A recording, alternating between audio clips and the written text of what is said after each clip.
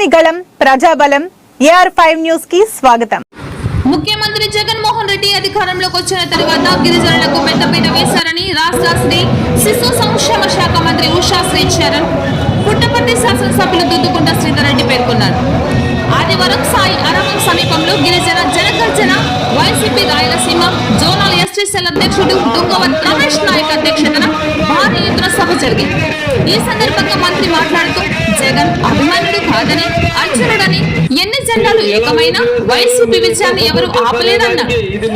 జనం గుండె చప్పుడు జగన్ అని ఆమె పేర్కొన్నారు.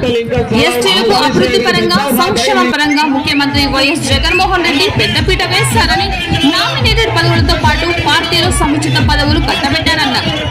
తిరిగి మరొకసారి సీఎం జగన్ ను ముఖ్యమంత్రిగా చేయాలన్నారు.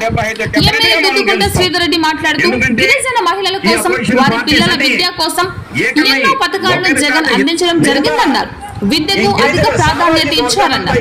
500 జనాభా ఉన్న తాండాలను ప్రత్యేక పంచాయతీలుగా ఏర్పాటు చేసిన ఘనత ముఖ్యమంత్రి జగన్దే అన్నారు. అంతకుముందు గిరిజనులు చట్టసభల్లో అవకాశం కల్పించాలని కోరారని భవిష్యత్తులో ఆ కోరిక త్వరలో నెరవేరబోతుందని అన్నారు. 2029లో నియోజకవర్గపు పునర్విభజన సందర్భంగా ఎస్టీలకు ఎమ్మెల్యే ఎంపీ స్థానాలు విడుదల చేయడం జరుగుతుందన్నారు. చంద్రబాబు రైతులను రుణమాఫీ చేస్తానని డ్వాక్రా రుణాలు రద్దు చేస్తానని మాట ఇచ్చి మోసం చేశారన్నారు.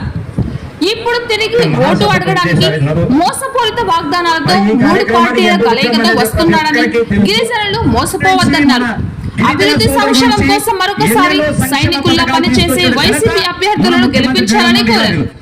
ఈ సమావేశంలో హిందూపురం పార్లమెంట్ వైసీపీ అభ్యర్థి శాంతమ్మ, కదిరి వైసీపీ ఎమ్మెల్యే అభ్యర్థి మక్బుల్ బాషా, నాయకులు వజ్రభాస్కర్ రెడ్డి, టీటీడీ బోర్డు సభ్యుడు అశ్వత్ నాయక్, ఎస్టీసెల్ జిల్లా అధ్యక్షుడు తిరుపాల్ నాయక్, ఎస్టీసెల్ రాష్ట్ర అధికార ప్రతినిధి కుల్లాయప్ప నాయక్, జెడ్పీటీసీలు పాలే Jayaram Nayak, Radhakrishna, Seve Nayak, Nallamada MPP Sunindar Bai, Nallamada market yard chairman Srinivas Reddy, గిరిజన నాయకులు తిరుపాల్ నాయక్, రవి నాయక్, పెడపల్లి శ్రీనివాస్ నాయక్, నాగే నాయక్, ఆంజనేయులు నాయక్, శివశంకర్ నాయక్, కుల్లాయప్ప నాయక్, రంగ నాయక్, లక్ష్మణ్ నాయక్, ఆనంద నాయక్, పరశురామ్ నాయక్, విజయ్ కుమార్ నాయక్, నారాయణ స్వామి నాయక్, పలువురు సర్పంచులు తదితరులు పాల్గొన్నారు.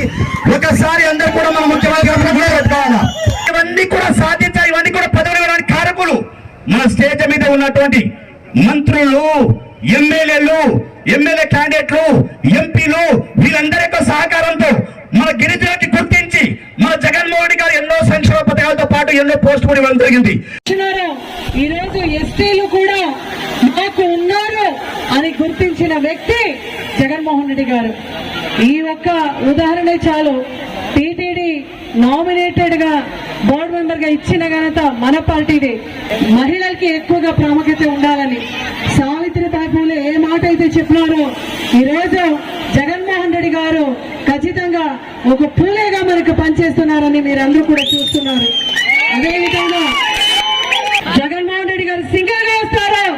జగన్మోహన్ రెడ్డి గారి నమ్మకం పైన దేవుడు, ప్రజలు, అదేవిధంగా ఈ రోజు ఎస్టీ సభకి విచ్చేసిన ప్రతి తాండా నుంచి విచ్చేసిన ప్రతి ఒక్క జగనన్న అభిమానికి మనమందరూ కూడా మొక్కి చెప్తున్నాను.